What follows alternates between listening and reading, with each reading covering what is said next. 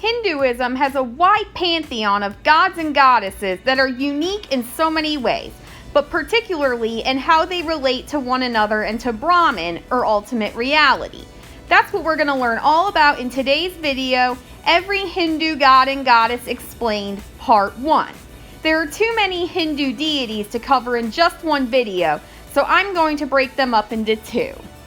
But first, my channel is not a Hindu channel, but a channel dedicated to the many forms of religion and spirituality all around the world, hence why it's called a world of spirituality. Whichever best defines your religious beliefs, even if you have none at all, my channel's the place to learn all about it. First, let's talk about how these deities relate to one another. In a polytheistic religion, there are multiple deities, each ruling over a certain area, completely independent of one another and sometimes even at odds with each other. But the Hindu system of deities is a little different. Hinduism is actually a monotheistic religion because it ultimately worships ultimate reality, whom they call Brahman. The many gods they worship are all extensions of Brahman. So who are these many extensions of Brahman and what sets each of them apart and brings them together? Let's start with Lord Brahma. One of the main central deities of Hinduism, Brahma is the god of creation and the first of the Trimurti. His consort, as well as his Shakti, or divine energy, is Saraswati, the goddess of learning. Brahma and Saraswati are said to reside in a realm or abode called Satyaloka. Brahma is said to have been born out of a lotus that grew out of the navel of Vishnu. He was given the 4 Vedas by Vishnu and instructed to commence the act of creation. Some of the epithets offered to Brahma include Vedanatha, Chaturmukha, Prajapati, Vedagarbha, and Kaushala. The second figure of the Trimurti, Lord Shiva. Whereas Brahma is the creator in Hinduism, Shiva is the destroyer. So it's quite appropriate that Parvati, the goddess of power, should be his consort. A destroyer god may seem a bit scary or violent, but according to Hindus, Shiva destroys things that, when you think about it, really do need to be destroyed, like evil, ignorance, greed, lust, and corruption. Kartikeya and Ganesha are said to be the sons of Shiva. Shiva is usually depicted with a third eye, a crescent upon his forehead, the Ganges flowing from his head, a blue throat occasioned by consuming the Kalakuta poison produced at the churning of the ocean. The third figure of the Trimurti, Vishnu. Whereas Shiva destroys things, Vishnu preserves and saves things from destruction. That is, good things that don't need to be and shouldn't be destroyed. Vishnu is generally regarded to be the entity who is most involved in mortal affairs. His consort and Shakti is Lakshmi, the goddess of prosperity. Vishnu's abode is at Vaikuntha, where he reclines on the divine serpent, Shesha. He is regarded to have undertaken 10 major incarnations upon the earth for the restoration of dharma and cosmic order for the sake of the devas and human beings. The most prominent of these are Rama and Krishna. Ganesha. Although Ganesha has many attributes, he's readily identified by his elephant head and 4 arms. He is widely revered, specifically as the remover of obstacles and bringer of good luck, the patron of arts and sciences, and the deva of intellect and wisdom. As the god of beginnings, he is honored at the start of rites and ceremonies. Ganesha is also invoked during writing sessions as a patron of letters and learning. Several texts relate anecdotes associated with his birth and export. In the Ganesha sect of Hinduism, Ganesha is worshipped as the supreme god. Ganesha is such a popular figure that he's recognized by Jains and Buddhists as well as Hindus. Kartikeya. The other son of Shiva, Kartikeya is the Hindu god of war. This makes sense since his father Shiva is the god of destruction, and war is very destructive. The iconography of Kartikeya varies significantly, but he is typically represented as an ever-youthful man riding or near an Indian peafowl named Parvati, and sometimes with an emblem of a rooster on his banner. He wields a spear called the bell, supposedly given to him by his mother Parvati. While most icons represent him with only one head, some have 6 heads, a reflection of legends surrounding his birth, wherein he was fused from 6 boys, or born of 6 conceptions. He is described to have aged quickly from childhood, becoming a warrior, leading the army of the Devas, and credited with destroying asuras including Tarakasura and Surapadma. He is regarded as a philosopher who taught the pursuit of an ethical life and the theology of Shiva Siddhanta. Kamaram is the Hindu denomination that primarily venerates Kartikeya. Kartikeya's mother, Parvati. Parvati is the Hindu goddess of power, energy, nourishment, devotion, and motherhood. As we discussed in his section, Parvati is the consort of Shiva, the Hindu god of destruction.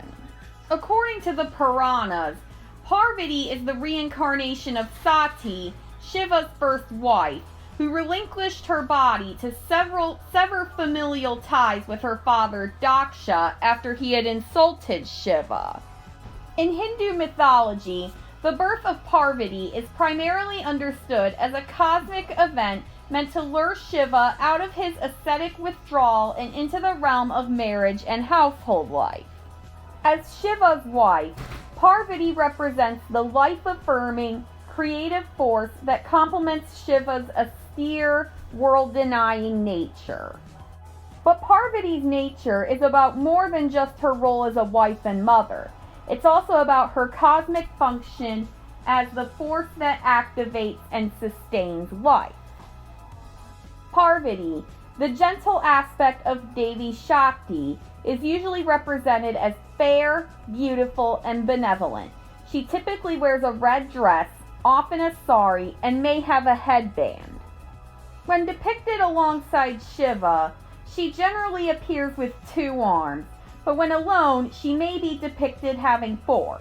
These hands may hold a trident, mirror, rosary, bell, dish, gourd, sugarcane stalk, or flowers such as a lotus. One of her arms in front may be in the Abhaya Mudra, hand gesture for fear not. One of her children, typically Ganesha, is on her knee, while her younger son Skanda may be playing near her in watch. In ancient temples, Parvati's sculpture is often depicted near a calf or cow. Bronze has been the chief metal for her sculpture, while stone is the next most common material. Lakshmi. Lakshmi is the Hindu goddess of wealth, fortune, prosperity, fertility, and abundance. Although she does not appear in the earliest Vedic literature, the personification of the term Shri, auspiciousness, glory, and high rank, often associated with kingship, eventually led to the development of Sri Lakshmi as a goddess in later Vedic texts, particularly the Sri Suktam. Lakshmi holds a prominent place in the Vishnu-centric sect of Vaishnavism, where she is not only regarded as the consort of Vishnu, the supreme being, but also as his divine energy. She is an especially prominent figure in Sri Vaishnavism tradition, in which devotion to Lakshmi is deemed to be crucial to reach Vishnu. Within the goddess-oriented Shaktism, Lakshmi is venerated as the prosperity aspect of the supreme goddess. Lakshmi is depicted in Indian art as an elegantly dressed, prosperity-showering, golden-colored woman standing or sitting in the Padmasana position upon a lotus throne while holding a lotus in her hand, symbolizing fortune, self-knowledge, and spiritual liberation. Her iconography shows her with 4 hands, which represent the 4 aspects of human life important to Hindu culture: Dharma, Kama, Artha, and Moksha. She is often accompanied by 2 elephants, as seen in the Gaja Lakshmi images, symbolizing both fertility and royal authority. Saraswati. Saraswati is a pan-Indian deity, meaning she's venerated in Jainism and Buddhism as well as Hinduism. In the Vedas, her characteristics and attributes are closely connected with the Sarasvati River, making her one of the earliest examples of a river goddess in Indian tradition. As a deity associated with the river, Sarasvati is revered for her dual abilities to purify and to nurture fertility. In later Vedic literature, particularly the Brahmanas, Saraswati is increasingly identified with the Vedic goddess of speech, Vak, and eventually the 2 merge into the singular goddess known in later tradition. Over time, her connection to the river diminishes, while her association with speech, poetry, music, and culture becomes more prominent. In classical and medieval Hinduism, Saraswati is primarily recognized as the goddess of learning, arts, and poetic inspiration, and as the inventor of the Sanskrit language. She is linked to the creator god Brahma as his consort. She is portrayed as a serene woman with a radiant white complexion, dressed in white attire, representing the quality of sattva, or goodness.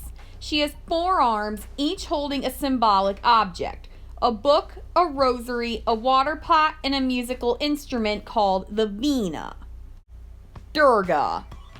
Durga, a manifestation of Mahadevi, is the Hindu goddess of power, strength, and protection. Durga's legend centers around combating evils and demonic forces that threaten peace, prosperity, and dharma, representing the power of good over evil. Durga is believed to unleash her divine wrath against the wicked for the liberation of the oppressed, and entails destruction to empower creation. Durga is seen as a motherly figure and is often depicted as a beautiful woman riding a lion or tiger with many arms, each carrying a weapon and often defeating demons. She is widely worshipped by the followers of the goddess-centric sect Shaktism and has importance in other denominations like Shaivism and Vaishnavism. Daksha.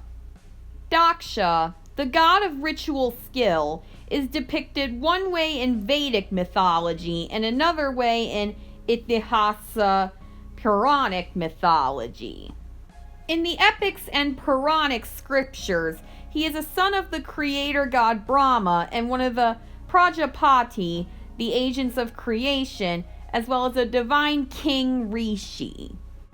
Some scriptures say Daksha was born a second time of Prachetas and Marisha. According to the Bhagavata Purana, Daksha got this name as he was an expert in begetting children. Daksha finds mention in the Rig Veda, where he is described as an Aditya, son of the goddess Aditi, and specifically associated with the skilled actions of sacrificers. According to many Puranic scriptures, Daksha married Prasuti in his first birth and Asikni in his second birth. According to many Puranic scriptures, Daksha married Prasuti in his first birth and Asikni in his second birth. According to the Puranas, Daksha and Asikni first produced 5,000 sons who were known as Hiryashvas. They were interested in populating the earth, but upon the advice of Narada, took to discovering worldly affairs instead and never returned. The Puranic scriptures differ in the number of Daksha's daughters. They were married to different deities, sages, and kings, and became the progenitors of various kinds of creatures. Kali. Kali, the goddess of time, death, and destruction, is one of the 10 Mahavidyas, or goddesses who provide liberating knowledge. She is the preeminent deity in the Hindu Tantric and the Kalakula worship traditions, and is a central figure in the goddess-centric sects of Hinduism as well as in Shivism. Kali is chiefly worshipped as the Divine Mother, Mother of the Universe, and Divine Feminine Energy. The first major appearance of Kali in Sanskrit literature was in the 6th century AD text Devi Mahatmya. Kali appears in many stories, with the most popular one being when she manifests as a personification of goddess Durga's rage to defeat the demon Raktabija. Kali is iconographically depicted as a terrifying emaciated woman with black or blue skin, long tangled hair, red eyes, and a long lolling tongue. Kali's only clothing is a grim set of ornamentation, a necklace of skulls or freshly decapitated heads, a skirt of severed arms, and jewelry made from the corpses of infants. The terrifying iconography of Kali is considered symbolic of her role as a protector and a bestower of freedom to devotees, of whom she shall take care if they come to her in the attitude of a child. Devotional songs and poems that glorify the motherly nature of Kali are popular in Bengal, where she is most extensively worshipped. Mariamman. Mostly worshipped in rural southern India, Mariamman is the goddess of weather and fertility.